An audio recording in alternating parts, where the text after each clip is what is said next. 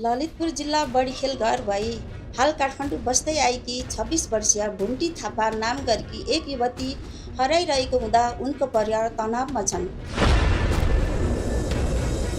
उनको परिवार र प्रहरीले खोजिरहेको भए तापनि उनी नभेटिएको कारणले गर्दा हामीले यो समाचार सार्वजनिक गरेका हौँ। फोटोमा भएको युवतीलाई तपाईँहरूले कहीँ कतै देख्नुभयो भने नजिकको प्रहरी चौकी अथवा फोन नम्बर 9844778630 मा सम्पर्क गरी हामीलाई सहयोग पुर्याइदिन हुन अनुरोध गर्दछौँ। धन्यवाद। कसरी सम्हाल्नु भाइ, कसरी?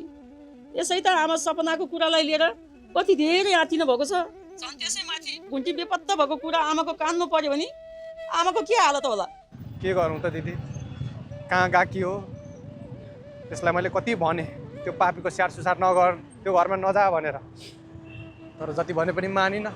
अनि अहिले यस्तो अप्ठ्यारो अवस्थामा पुगिन्छ कि त्यो घरबाट निस्किनै पर्ने अवस्था भएको छ। त्यही भएर पुग्ने बेपत्ता छ।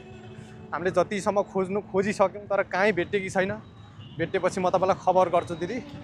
तर तपाईँले बुझ्ने हराएको कुरा चाहिँ बुवा आमालाई थाहा नदिनु है। अब मैले के भनेर सम्झाउँ त आमा बुवालाई? घुन्टीलाई फोन गर्दा गर्दा थाकेर फोन नलागेपछि टोकलीलाई गरेर भयो भने जसरी हुन्छ। बहिनीको बोली आमालाई सुनाइदिए अरे भनेको भएर मैले फोन गरेको। अब मैले के जवाफ दिनु त आमा बुवालाई? भाइ कामले गर्दाखेरि अलिक टाढै रहेछन्, पुग्न समय लाग्छ अरे, पुग्ने बित्तिकै कुरा गराइदिन्छन् भनेर भनिदिनु न है दिदी। हुन्छ भाइ, हुन्छ।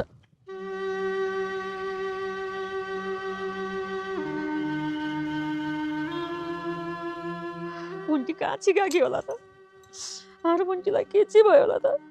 जम्ना छोरी, जम्ना छोरी, ल्याएर फोन लगाउनु भनेपछि कहाँ बारीमा गएर फोन लगाएर कि बोल्छु। खोइ ल्याउ न, के छक्क परेर म बोल्छु। के भयो फेरि? आमा, टोकले भाइ सरबाट अलिक टाढा छ अरे, पुग्न समय लाग्छ अरे, पुग्ने बित्तिकै बोली सुनाइन्छु भनेर भनेको छ। कस्तो बोली सुन्न मन लागिरहेको थियो। आफ्नो साथमै मोबाइल हुँदा पनि बोली सुन्न नपाउनु, के काम यो मोबाइलको ठाडो फुटाइदियो जम्ना छोरी। आफ्नो मन कति आत्तिएको छ, यस्तो बेला पनि बोली सुन्न नपाउने दुःख मेरो जिन्दगी। किन आत्तिए कि भुन्टी कि आमा, किन आत्तिए कि?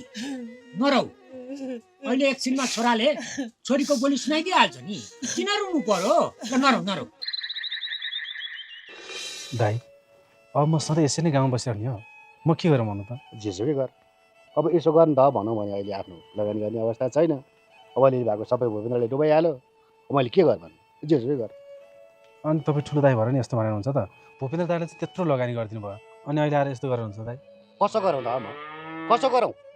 मेरो लागि कसले के गरिदिएको थियो? आज म जुन ठाउँमा छु म आफैले गरेर भए हो। भाइहरूले दुःख नपाउन् भनेर आफूले कमाएको सबै भूपेन्द्रलाई लगानी गरिदियो। भूपेन्द्रले त्यस्तो अवस्था ल्याइदियो, घरमा दिनरात झगडा हुन्छ, कहिले मेलमिलाप छैन। अझै पनि भाइहरूलाई म लगानी गर्छु, मबाट यस्तो आशा नगर। जे गर्ने हो आफै गर। भूपेन्द्र दाइले गर्नुभएको गल्तीको सजाय मलाई किन दिँदै हुनुहुन्छ दाइ? मैले हजुरको के बिगारिदिएको छु र? मेरो बारेमा पनि केही सोचिदिनु न। बहिनीको बिहे भइसक्यो, न मेरो बिहे भएको छ, न खर्च 2 पैसा गोजीमा छ। यसरी त मेरो भविष्य अन्धकारमा पर्छ दाइ। म त अन्यलमै परिसकेँ, के गर्ने होला? अन्यलमा परिरहेको छु रे। तँभन्दा अन्यलमा म छु। त्यस्तो बिरामी भएर लडिरहेको भाइसँग न म पैसा उठाउन सक्छु, न म घरबाट निकाल्न सक्छु, न म घरमा राख्दै खुसी छु। जेरी भाउजूले मेरो टाउको खाइसक्यो। यता आयो भने तँ पनि मबाट आश गर्छस्। उता बहिनीले जग्गा धितो राखी बिहा गर्नुपर्ने अवस्था सिर्जना गरी। होइन तिमीहरूलाई दाइलाई कति टेन्सन दिनु, बुवालाई कति टेन्सन दिनु, आफै केही गर्नुपर्छ जस्तो लाग्दैन? अबदेखि आफ्नो लागि आफै गर्ने भनिदिएको छु मैले हार खाइसकेँ।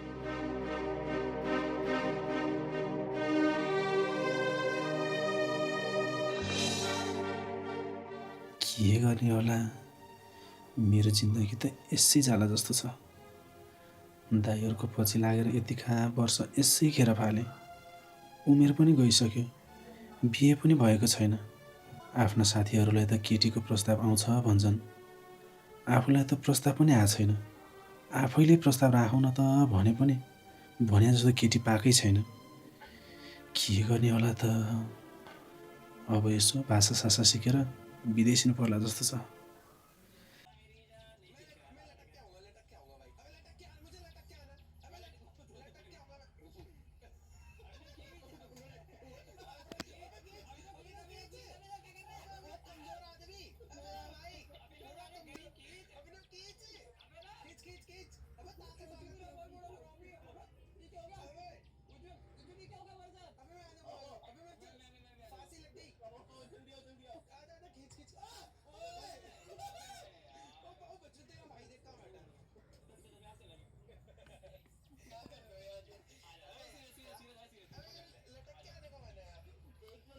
Sunshine.